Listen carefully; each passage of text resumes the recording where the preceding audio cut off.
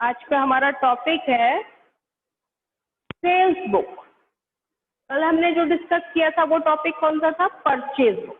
Other book में purchase book के topic को हमने डिस्कस किया था। आज का हमारा टॉपिक है सेल्स बुक। और परचेज बुक की ही तरह sales book is also very easy to prepare.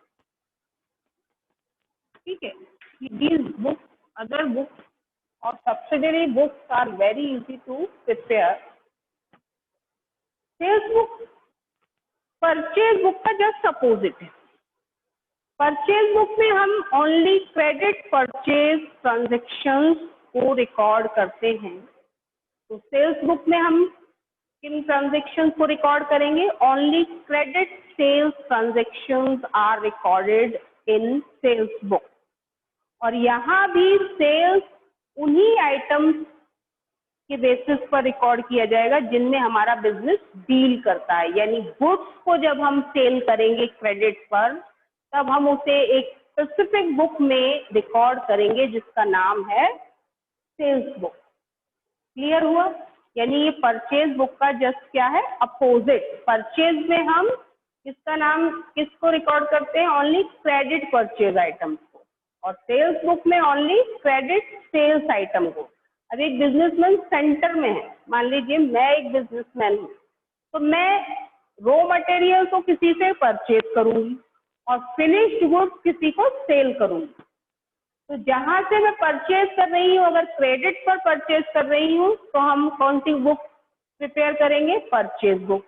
और जब मैं अपनी गुड्स को, फिनिश्ड गुड्स को अपने कस्टमर को सेल करती हूँ, तो ऐसे में मैं कौन सी बुक प्रिपेयर करूंगी? वो भी कब प्रिपेयर करूंगी? जब हम अपनी गुड्स को क्रेडिट पर सेल करेंगे। तो उस कंडीशन में हम कौन सी बुक प्रिपेयर करेंगे? Sales book. ये ध्यान रखिए। इसे भी बनाना उतना ही इजी है जितना हमारी कौन सी बुक को बनाना था? परचेज बुक को। परचेज बुक का भी फॉर्मेट सेम एज है जैसा कि आपने किसमें बनाया हुआ था? परचेज बुक में बनाया था। सेम वही फॉर्मेट हम कहाँ पर फॉलो करेंगे? Sales book. सेल्स बुक के इस फॉर्मेट में सबसे पहले बताते जाइए, कल आपने परचेज बुक प्रिपेयर की थी। पहला कॉलम किस चीज के लिए होगा? फॉर्मेट का मतलब है एज इट इज कॉलम्स होने चाहिए। ये हम बार बार डिस्कस कर रहे हैं, चाहे वो आपका जनरल हो, चाहे लेजर हो, चाहे वो अभी ट्रायल बैलेंस भी आएगा, या फिर जो भी टॉपिक आ रहे हैं, वहाँ जहाँ जहाँ हम फॉर्मेट की बात कर रहे हैं, that means you have to make in that particular format whatever you are making। चाहे वो आप कैश बुक बना रहे हैं तो उसका भी अलग फॉर्मेट है, डबल कॉलम का अलग है, पैटी कैश बुक का अलग है। तो आप फॉर्मेट को बहुत ध्यान से देखते रहिए।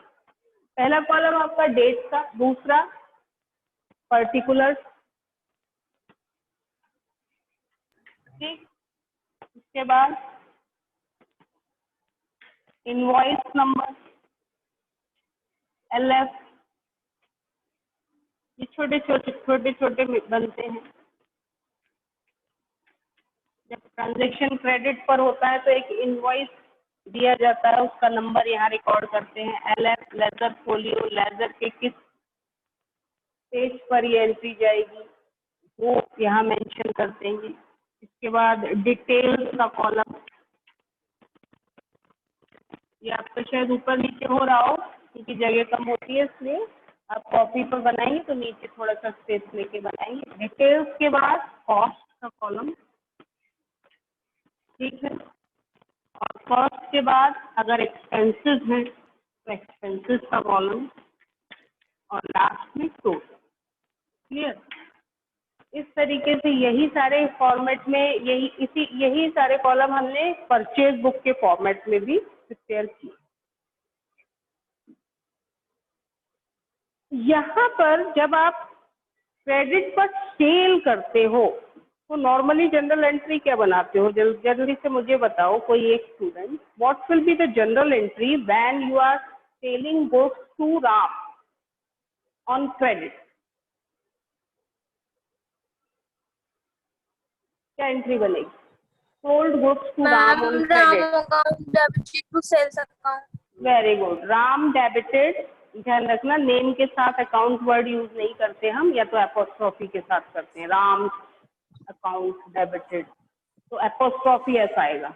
अदरवाइज नाम के साथ अवॉइड करें अकाउंट वर्ड, क्या है बोलेंगे? Ram debited to sales account, क्योंकि हमारी जो अमाउंट है वो अभी हमें रिसीव नहीं हुए। अच्छा, कैश सेल्स करते तो क्या एंट्री बनती बेटा? कोई और दूसरा अगर स्टूडेंट बताइएगा।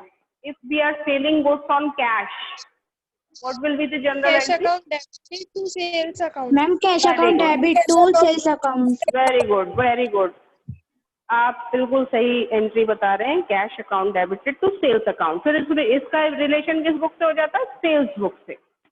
अभी आप परचेज बुक बना रहे हो, इसका बनाने का मेन मोटिव क्या हुआ? इस बुक में, जैसे हम कल मैंने बताया था कि परचेज बुक में हम सभी क्रेडिट परचेज ट्रांजेक्शन को एक पर्टिकुलर बुक में फाइंड आउट कर लेते हैं कि हमने एक पर्टिकुलर टाइम ड्यूरेशन में किन किन लोगों से क्रेडिट पर गुड्स परचेज की हैं, उनके नाम आ जाते हैं। कल देखा था ना जब मैंने बनाई थी, तो सबसे पहले हम उस सप्लायर का नेम रिकॉर्ड करते हैं, फिर उन गुड्स से रिलेटेड डिटेल्स रिकॉर्ड करते हैं, देन हम उन ट्रांजेक्शन्स को क्या करते हैं, वहां पर एक प्रॉपर वे में प्रेजेंट करते हैं।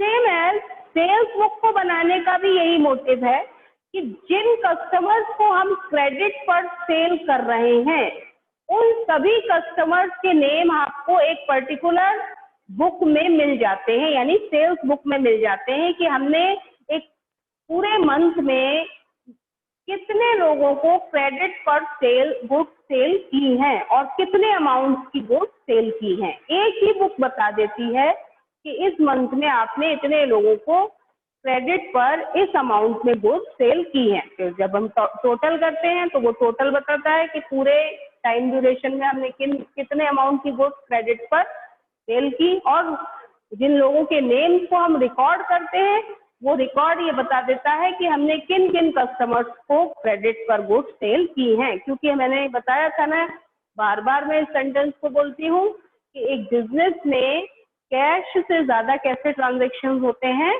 क्रेडिट ट्रांजेक्शन, जिनको एक बिजनेसमैन को करना ही होता है। एनी हाउ कोई भी कंडीशन है, if you want to hire or make your business or do your business in a large scale, you have to do the credit transaction. अगर आपको बिजनेस का स्केल बढ़ाना है तो आपको क्रेडिट ट्रांजेक्शन करने ही पड़ेंगे, अदरवाइज आपका बिजनेस का स्केल बहुत छोटा रह जाएगा और आप एक बड़े बिजनेसमैन नहीं बन पाएंगे। तो इसीलिए क्रेडिट ट्रांजेक्शन तो होते ही हैं, और उन्हीं क्रेडिट ट्रांजेक्शन को रिकॉर्ड करने के लिए हम डिफरेंट बुक्स बना रहे हैं, जिनमें पहली बुक थी हमारी परचेज बुक, और अब नेक्स्ट बुक है वो कौन सी बुक है? Sales book. देखिए सेल्स बुक का पहला question number 5, page number 11.36 page पर, न्यू बुक में है ये क्वेश्चन। आप लोग न्यू और पुरानी, न्यू और ओल्ड दोनों में ही होगा, देख लें। अदरवाइज क्वेश्चन करने का रूल तो वही एक है, बस विजिट या नेम चेंज हो सकते हैं, उससे कोई फर्क पड़ता नहीं। तो देखिए, prepare sales book from the following transactions of Hema traders dealing in furniture, open the ledger account also. यहाँ पर लेजर अकाउंट की जब बात करते हैं तो लेजर हमें उन लोगों के बनाने हैं जिन्हें हम क्रेडिट पर सेल कर रहे हैं।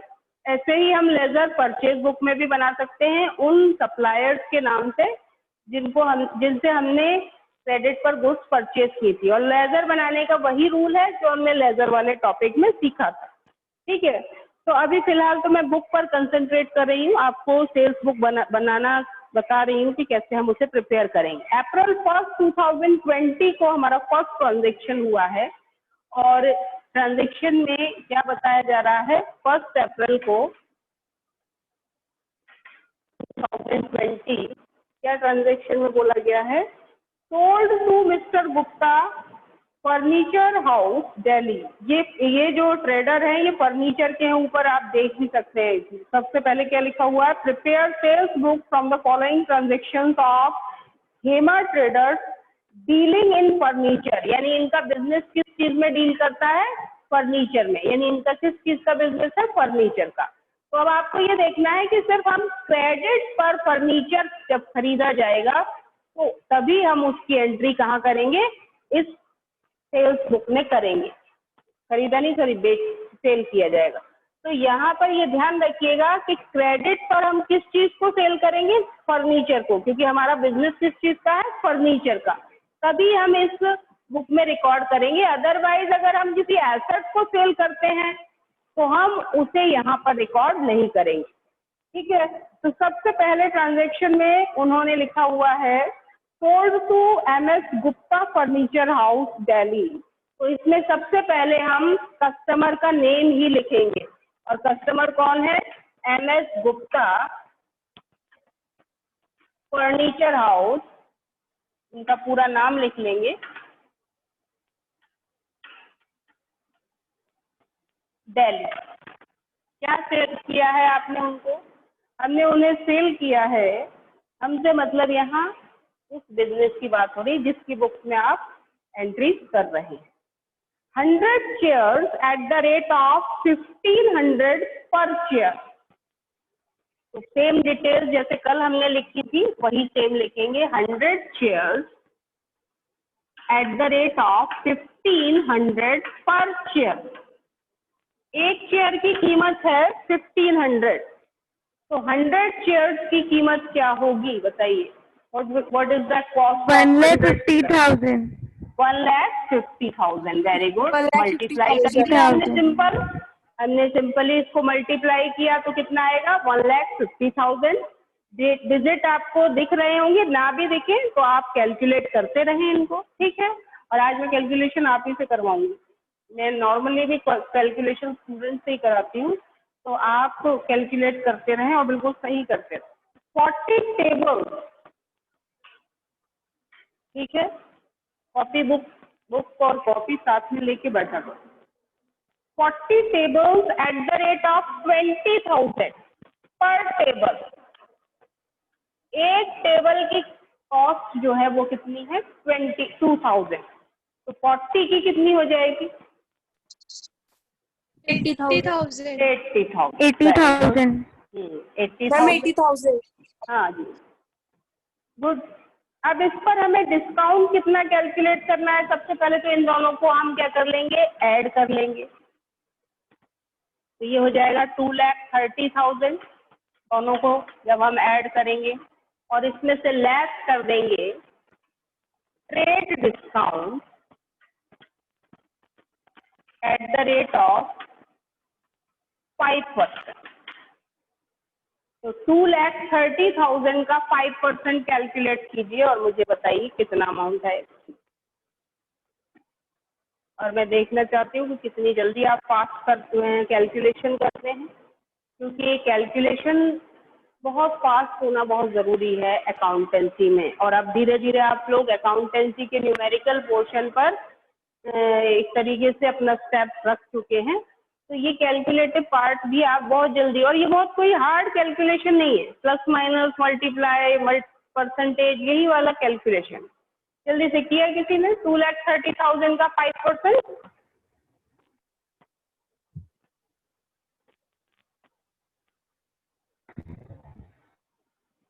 अभी तक किसी ने नहीं किया। मैम 11,500। Very good, 11,500। 11,500। हाँ जी, 11,500 को 2,30,000 में से माइनस करेंगे तो कितना आएगा, उसे हम कॉस्ट के कॉलम, 2,18,500। कितना, 18,500। वेरी गुड, ठीक है। ये अमाउंट हम कहाँ शो कर देंगे, ये सेल्स वैल्यू का, कॉस्ट की जगह आप इसको लिखें सेल्स वैल्यू। सेल्स वैल्यू इस कॉलम में आप क्या कर देंगे, लिखिए। अब देखिए आपके क्वेश्चन में एक्सपेंसेस नहीं है, इस क्वेश्चन में एक्सपेंसेस नहीं है, और एक्सपेंसेस नहीं है तो कल भी मैंने आपसे कहा था आप इन दोनों, पहले ही क्वेश्चन चेक कर लिया करो, तो इन दोनों कॉलम्स को इंक्लूड ना करो तब भी आपको कोई प्रॉब्लम नहीं है। तो आप इसको हटा दिया आपने और ये अमाउंट यहाँ शो कर, कितना शो किया आपने सेल्स वैल्यू में, 2,18,500। ठीक है। नेक्स्ट ट्रांजैक्शन को रिकॉर्ड करने से पहले आप यहाँ क्या करेंगे, अंडरलाइन, जो मैंने कल भी आपसे बोला था कि आप इस पर अंडरलाइन कर देंगे। हाँ जी, एक मिनट बेटा।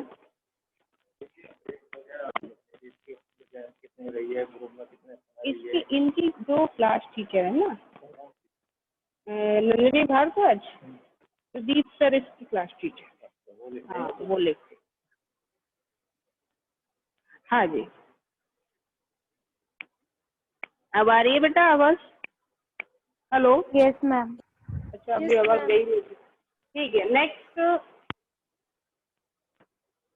नेक्स्ट ट्रांजेक्शन किस डेट में हुआ है, जल्दी से देखते हैं। अप्रैल 10 में sold to mister M S, sold to M S, नाम क्या है कंपनी का जिसको हमने सेल किया है? Ajit Singh and sons, Ajit Singh and Ajit. Sons, and M S Ajit Singh and sons, Kolkata. Yes ma'am. ठीक है। और किस डेट में हुआ है ये हमारा ट्रांजेक्शन? 10 अप्रैल। ठीक है। इसकी डेट क्या है? इसकी डेट है 10 अप्रैल। और क्या क्या सेल किया हमने? 150 dash at the rate of 1000 पर dash, 150 dash at the rate of 1000 पर डैश। क्या कॉस्ट होगी इसकी? 150 into 1000, 1,50,000. 1,50,000। Very good. Yes ma'am. और नेक्स्ट क्या किया, सेल किया इन्होंने? 160 chairs eight the rate of 1500 पर chair, 160 chairs eight the rate of 1500 per chair. What will be the amount? 2,40,000. 1 lakh, 2 lakh, I'm 2 lakh, 2,40,000. 2,40,000। हाँ, एक कोई एक ही बताएं, क्योंकि ना रिकॉर्डिंग होती है बेटा तो थोड़ा सा डिस्टरबेंस होता है इससे।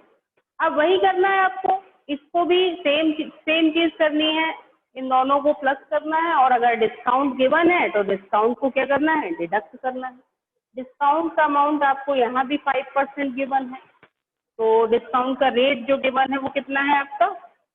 5%। तो उसको हम पहले इन्हें टोटल करेंगे इन दोनों का, तो ये आपका आ जाएगा 3,90,000। ठीक है। मैम 3,90,000। हाँ जी, 3,90,000। और अब आप इसमें से लेस करेंगे trade discount at the rate of 5%। तो 3,90,000 का 5% कैलकुलेट करिए और उसे इसमें से क्या कर दीजिए, डिडक्ट कर दीजिए। इसके बाद जो अमाउंट आएगा उसे आउटर कॉलम में शो कर देंगे। वही जो प्रोसेस हमने यहाँ पर यूज किया, सेम प्रोसेस हम यहाँ यूज कर रहे हैं। ठीक है। क्लियर? कैलकुलेट आपने 3,90,000 का 5%। Yes ma'am. Yes, ma'am. आया 19,500.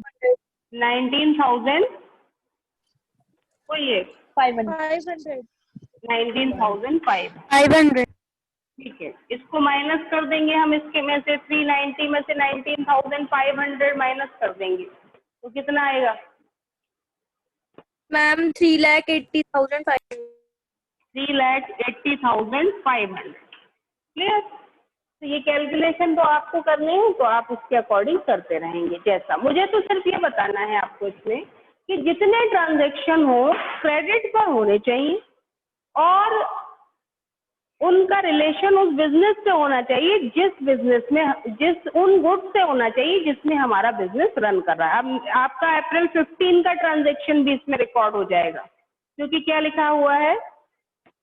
Sold to M S ideal furniture house Darjeeling 10 sofa set at the rate of 75,000 each. अब आप लोग अपनी कॉपी पर इसे कंटिन्यू करें, मैं आपको ओरली बताती हूँ।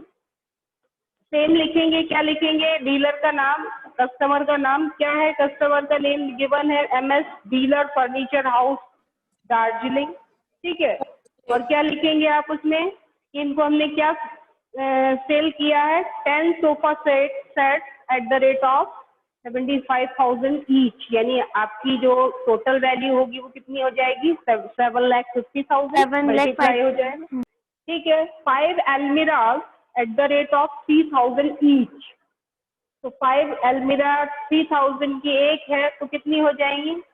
1,50,000 की। तो इन दोनों अमाउंट को आप प्लस करोगे, हाँ 15,000 की होंगी, सॉरी 1,50,000 की नहीं होगी, 15,000 की। हाँ 15,000 प्लस 7,50,000 को ऐड करेंगे।